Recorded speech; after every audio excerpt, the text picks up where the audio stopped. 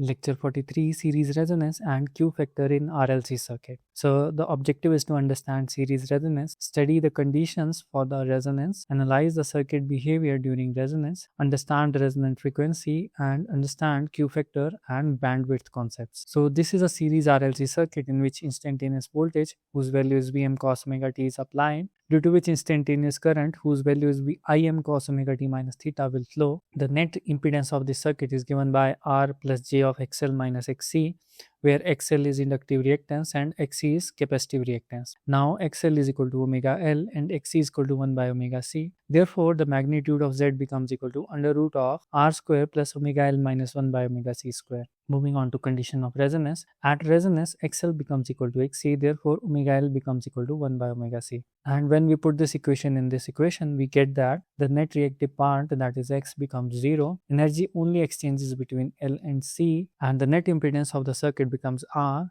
from this equation. During resonance, circuit behaves like a purely resistive circuit.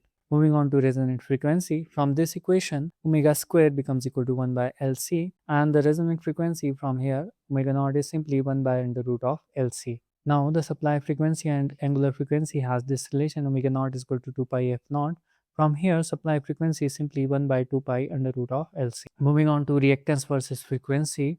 So, reactance is XL minus XC, where XL is omega L, XC is 1 by omega C. So before resonance, that is when the frequency is less than the resonant frequency, omega is less, therefore XL will be less, but XC will be higher because omega is in denominator. Hence XC becomes greater than XL and the circuit becomes capacitive. And at condition when the frequency becomes greater than resonant frequency is higher, therefore XL will be higher and XC will be less, therefore XL will be greater than XC and the circuit will become net inductive. Now plotting these values against frequency, so we know that XL is equal to omega L, so if we increase the omega, XL will increase, and this is represented by this orange plot, and when we will increase omega, XC will decrease, and this is represented by this blue plot. So the net reactance X is equal to XL minus XC, that is orange plot minus the blue plot. So it will start from minus infinity because the capacitance graph will start from plus infinity.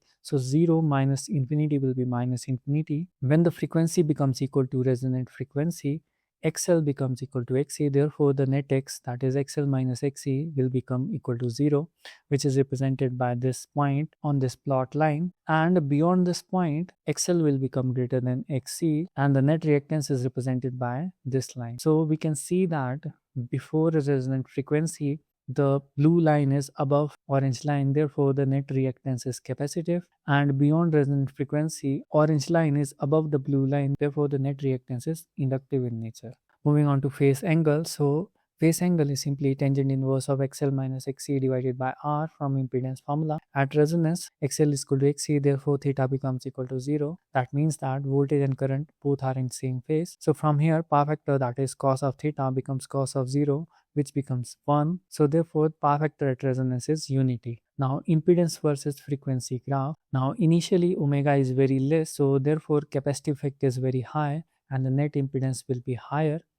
At resonance, this part will become equal to 0, therefore Z is minimum, which is equal to R at resonant frequency, and beyond this omega L will start to increase and 1 by omega C will start to decrease, therefore the impedance line will again increase. So before resonant frequency, the impedance is capacitive, and beyond this the impedance is inductive, that is the power factor is lacking. Moving on to current at resonance. I in RLC circuit is V by Z, but at resonance Z is equal to R, so Z becomes minimum, therefore the current becomes maximum, therefore at resonance current is I max, which is equal to V by R. The current versus frequency plot is shown something like this. So at resonant frequency current will be maximum, and before it will be less, and beyond it will be less again. Now from this graph we can understand the concept of bandwidth and half power frequencies. So half power means the power becomes half of the maximum power, and since power is directly proportional to I square, that is P is equal to I square R, and this can happen only when the current becomes maximum divided by root 2.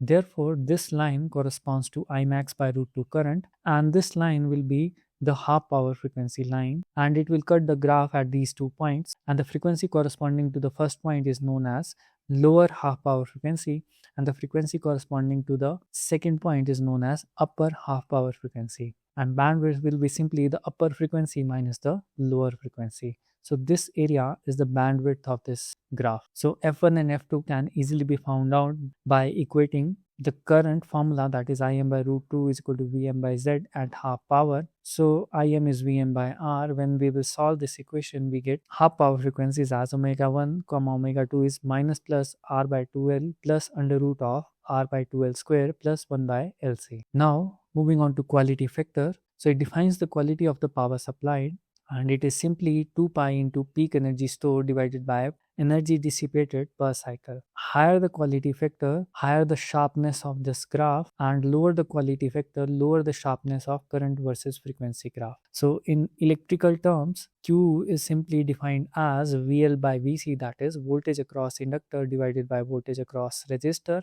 or VC by VR, that is voltage across capacitor divided by voltage across resistor. So this is simply the voltage gain of inductor and capacitor with respect to resistor. So VL is IXL, VR is IR. So from here Q factor comes out to be XL by R.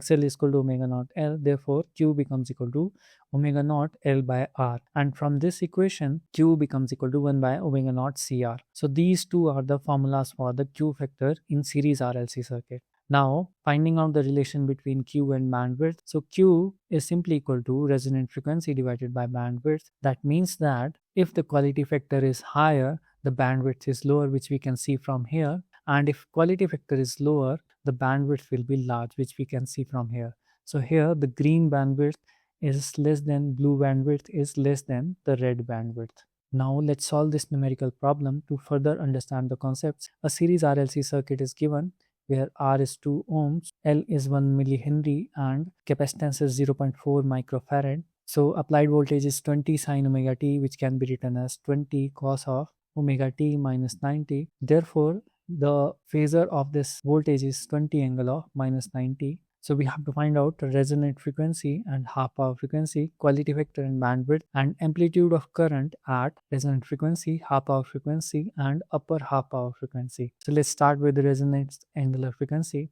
So we know that resonant frequency is simply 1 by under root of LC, and when we will put the values, omega naught is equal to 50,000 radian per second, and we know that omega naught is equal to 2 pi f naught. So from here f naught comes out to be omega naught by 2 pi, which comes out to be 7957.75 hertz. Moving on to half power frequency, we have already found out that the half power frequency formula is minus plus R by 2L plus under root of R by 2L square plus 1 by LC. So putting the values, omega 1 comes out to be 49010 radian per second and omega 2 as 51010 radian per second. Moving on to quality factor. So quality factor is equal to omega naught L by R. When we put the values, we will get quality factor as 25, and this can also be achieved by this formula, that is 1 by omega naught CR. Both results will be same. Moving on to bandwidth. Bandwidth is equal to f naught divided by q. So f naught is equal to 1 by under root of LC, and q is equal to omega naught L by R. So omega naught and omega naught cancels out, so bandwidth comes out to be R by L, and when we will put the values, omega bandwidth comes out to be 2000 radian per second. Moving on to current amplitude. So at resonance, Z becomes equal to R, therefore the current will simply be equal to Vm, that is maximum value, divided by R, that is 20 by 2 is equal to 10 amperes, and at half power frequencies current becomes Im by root 2, which comes out to be 7.07 amperes. On the same terms, you can attempt this question as well. So attempt this question and post your answers in the comment box.